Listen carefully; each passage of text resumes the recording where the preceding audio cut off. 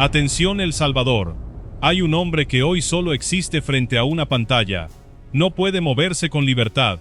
No puede alzar la voz cuando quiere. Apenas puede ver los rostros de los jueces que están a kilómetros de distancia dentro de una sala de audiencias. Pero durante casi 2 décadas, ese mismo hombre decidió quién vivía y quién moría en las calles de Santa Tecla. Hoy tiene un nombre que muchos salvadoreños todavía pronuncian con escalofríos: Dionisio Arístides Humansor Osorio. El mundo criminal lo conoce por otro nombre, uno que se ganó por su rapidez cuando era apenas un adolescente: Sirra de Teclas. Si te interesa conocer las capturas más importantes y los operativos más impactantes contra la delincuencia en El Salvador, suscríbete ahora al canal, porque lo que vas a escuchar en los próximos minutos es la historia real de uno de los cerebros más peligrosos que ha tenido la Mara Salvatrucha en toda su historia. Un hombre que hoy aparece entre los 485 cabecillas que enfrentan el juicio más grande jamás realizado en El Salvador. Su nombre volvió a las noticias porque su rostro apareció, otra vez, en una pantalla dentro del Centro de Confinamiento del Terrorismo, el CECOT, la megacárcel construida por el gobierno de Nayib Bukele para encerrar a los pandilleros más peligrosos del país. Ahí, junto a otros 484 procesados, Humansor escucha el recuento de una vida entera dedicada al crimen organizado. Pero, ¿quién es realmente este hombre? ¿Cómo llegó un adolescente de un barrio de Santa Tecla a convertirse en uno de los 7 cabecillas que Estados Unidos considera parte de la junta directiva de la MS-13 a nivel mundial? Para entenderlo, hay que retroceder más de 3 décadas. ¿Qué edad tenía Sirra cuando empezó a matar?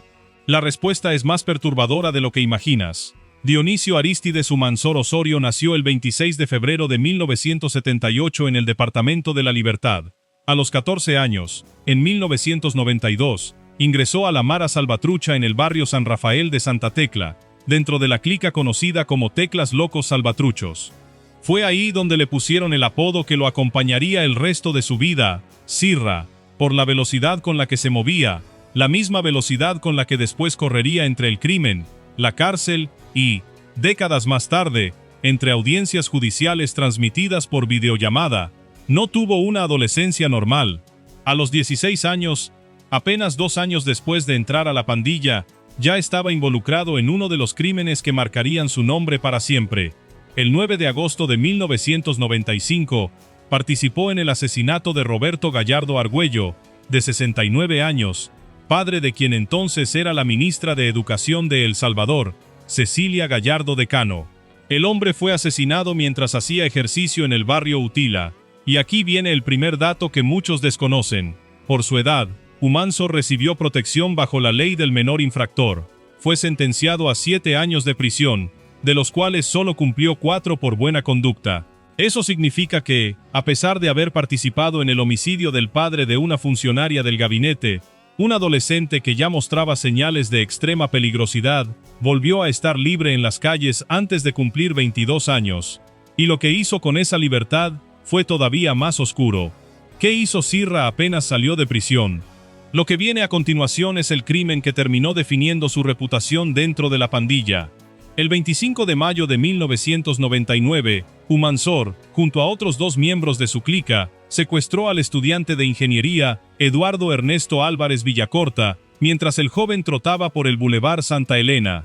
La banda, que las autoridades bautizaron como el Cartelito de Ciudad Merliot, exigió a la familia un rescate de $1 millón de colones, equivalente a más de $114,000 de la época. El padre de la víctima negoció desesperadamente y logró reunir 270,000 colones, unos $31,000, que entregó cerca de la Plaza Camelot, a cambio de la vida de su hijo. Pero los secuestradores no cumplieron el trato.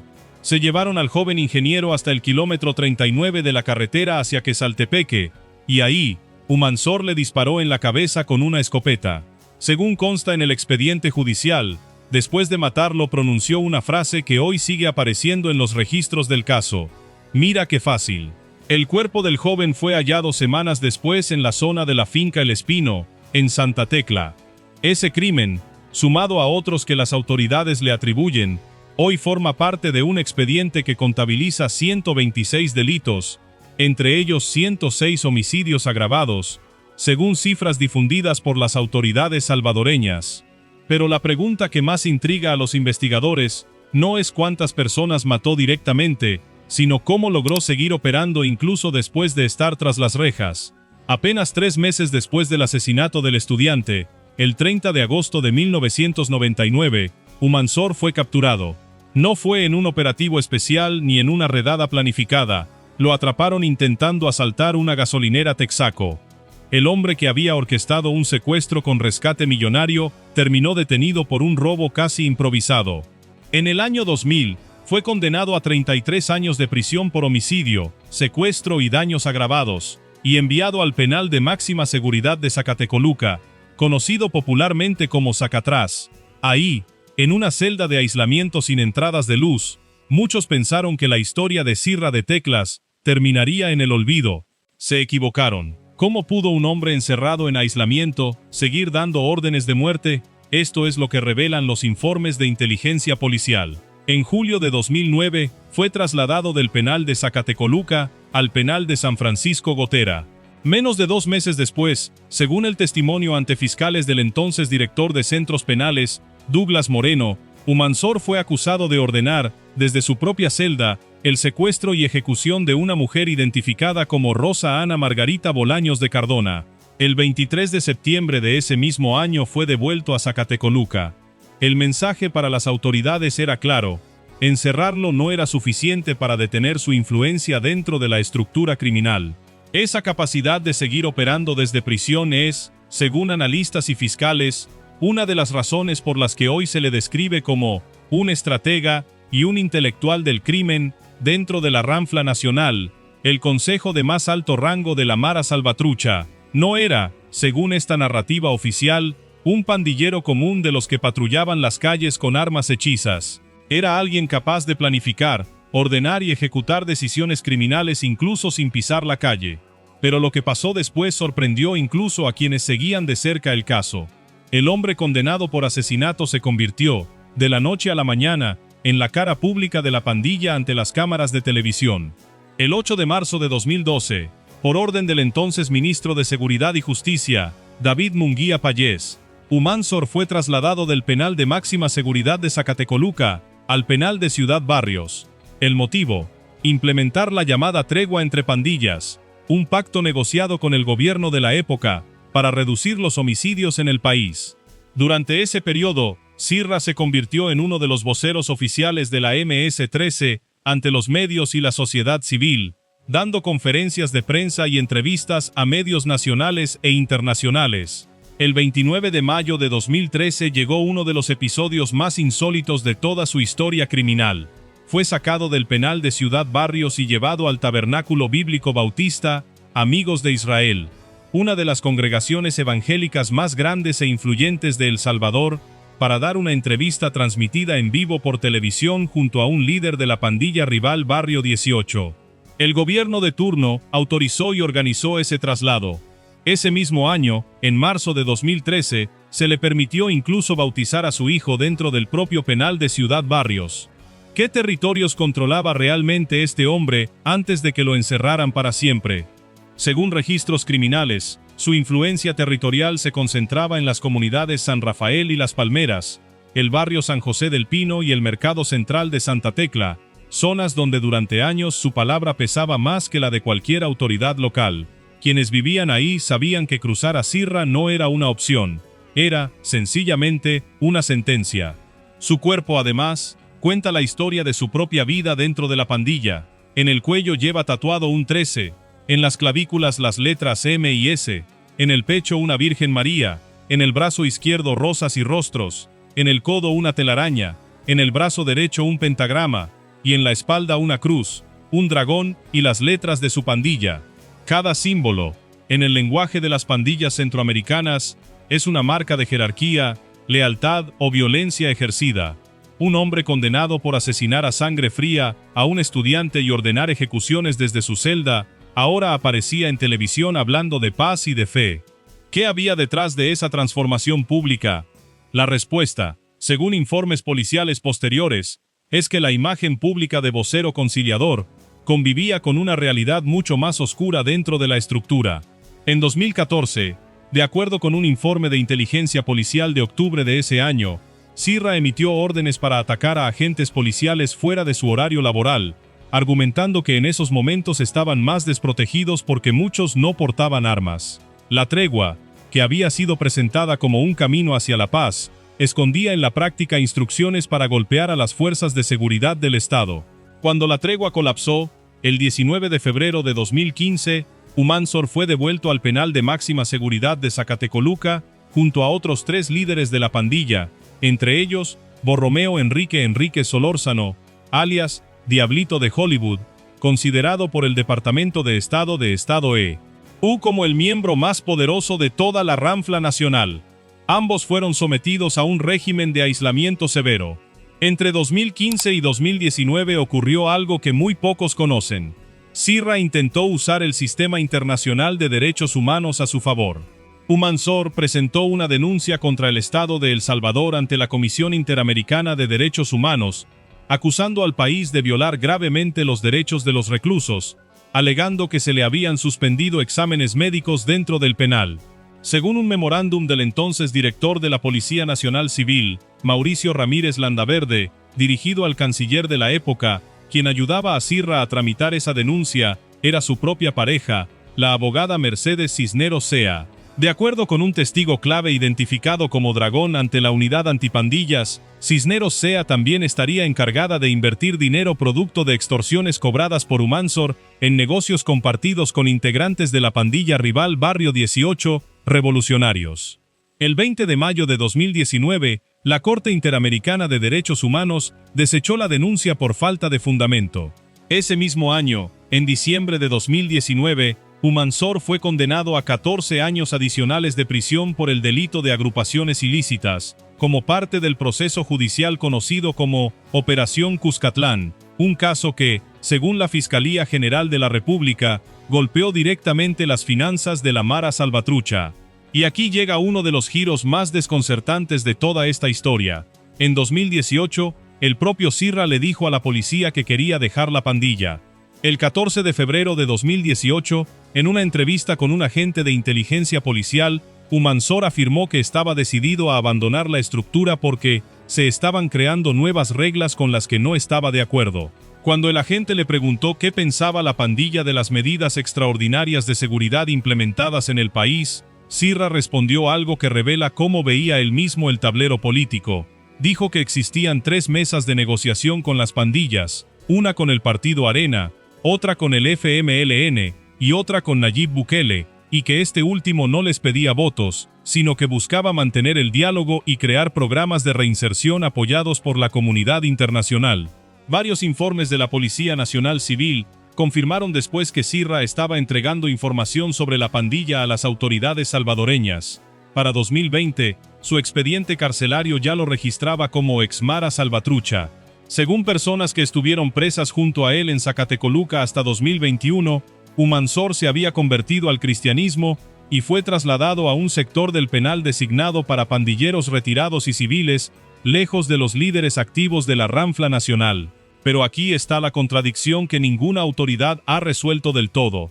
Mientras Sirra decía haber dejado la pandilla y haber encontrado la fe, Estados Unidos lo señalaba como uno de los 7 líderes de la junta directiva más peligrosa de la organización a nivel internacional.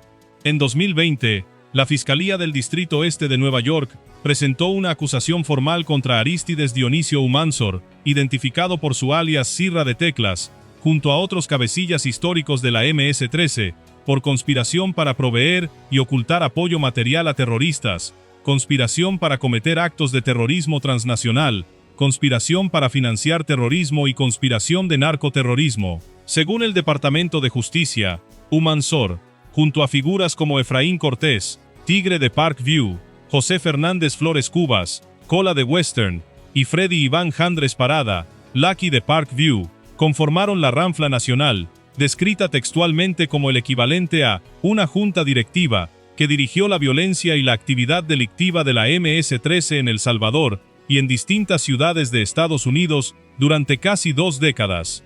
Es decir, mientras en El Salvador se documentaba su presunta conversión religiosa y su salida de la estructura, En Estados Unidos se le seguía tratando judicialmente como uno de los arquitectos de la organización criminal más peligrosa de la región. ¿Fue su transformación real o una estrategia calculada para sobrevivir dentro de un sistema penitenciario cada vez más duro?